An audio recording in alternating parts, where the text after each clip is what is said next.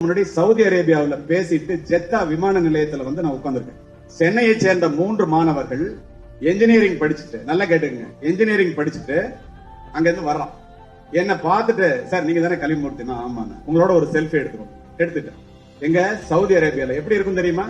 பாலைவன புயல் அடிக்கும், தார் உருகி ஓடும். ஒருத்தன் கேக்குறான், என்னடா மாப்பிள்ள 5 வருஷம் இந்த பாலைவனத்துல வேலை பார்த்து உன் தங்கச்சி கல்யாணத்தை நிச்சயம் பண்ணிட்டேன். ஆமாடா, என் தங்கச்சிக்கு இன்னும் கல்யாணம் ஆகல.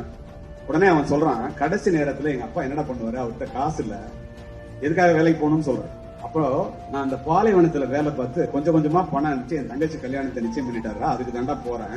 கடைசி நேரத்துல 10 பவுன் நகை வேணும் அப்படின்னு சொன்ன பார்த்ததை பதிவு செய்கின்றேன். 10 பவுன் நகை வேணும் அப்படின்னு மாப்பிள்ளை வீட்டுல கேட்டாங்க. அப்பா அழுதுகிட்டே பேசினாரு. ஷேக்கு கிட்டாங்கிறான், மன்னராட்சி ஷேக்கிட்ட போய் கேட்டேன், இன்னும் 2 வருஷத்துக்கு கான்ட்ராக்ட்ல கையெழுத்து வாங்கிட்டு இந்த பேர் 10 பவுன் நகை எடுத்திருக்கேங்க. நண்பன் கேட்கிறான், இந்த பாலைவனத்துல இன்னும் 2 வருஷமாடா அப்படிங்கிறான். அப்படி ஒரு வெயில். அவன் அதை பத்தி ஒண்ணுமே சொல்லல. உனக்கு என்னடா எடுத்தேன்னு கேட்கிறான். எனக்கா?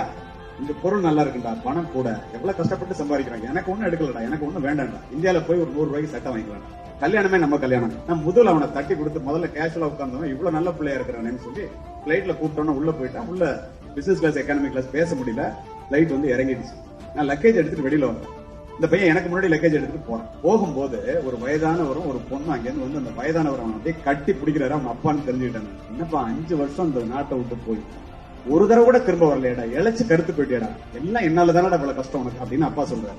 அந்த தங்கச்சி உடையாந்து காலை கட்டிக்கிட்டானே, என்னால தானே, என் கல்யாணத்துக்கு தானே இந்த பாடுபடுற அப்படின்னு 2 பேரும் கட்டி பிடிச்சு அழுகுறாங்க. இவன் கண்ணுல தண்ணி வருது. தன் நண்பன்ட்ட வந்து எனக்கு ஒண்ணும் எடுக்கலடா, என் பிள்ளைங்களுக்காக, என் தங்கச்சிக்காக, என் தந்தைக்காக காமிச்சான் இல்லையா, அதை அப்படி திரும்பி அந்த பையனை ஒரு பார்வை பார்க்கலாம் தன்னுடைய நண்பனை. அந்த பார்வையிலே 1000 அர்த்தங்கள். இப்படி ஒரு பாசத்திற்காக, இந்த குடும்பத்தை காப்பாற்றுவதற்காக நான் எத்தனை ஆண்டுகள் வேண்டுமானாலும் இந்த பாலைவனத்திலே வேலை செய்வதற்கு, அப்படிப்பட்ட இளைஞர்களும் இருக்கத்தானே செய்கின்றீர்கள். நான் உடனே பக்கத்துல போய் சொன்னா, அவங்க அப்பாவுக்கு எனக்கு தெரியாது, உண்மையிலேயே நீங்க கொடுத்து வச்சவங்கன்னு சொல்லி லக்கேஜ் வச்சுட்டு போய் இப்படி தட்டினேன். அவன் உடனே சொன்னான், சார் எங்க அப்பா கொடுத்து வச்சவங்க இல்லை சார், நாங்க தான் கொடுத்து வச்சவங்க சார். ஏன் தெரியுமா சார், எங்க அம்மா எங்களை பெத்து போட்டு இறந்து போயிட்டாங்க சார், அதனாலதான் அம்மாவுக்கு ஒண்ணும் வாங்கலைங்கிறது அப்பதான் எனக்கு உரைக்குது. எல்லாத்தையும் வித்து எங்களை படிக்க வச்சாரு சார், வேற கல்யாணமே பண்ணிக்கல சார், இருக்கிறதெல்லாம் வித்து என்ன வெளிநாட்டுக்கு அனுப்பிச்சாரு சார்.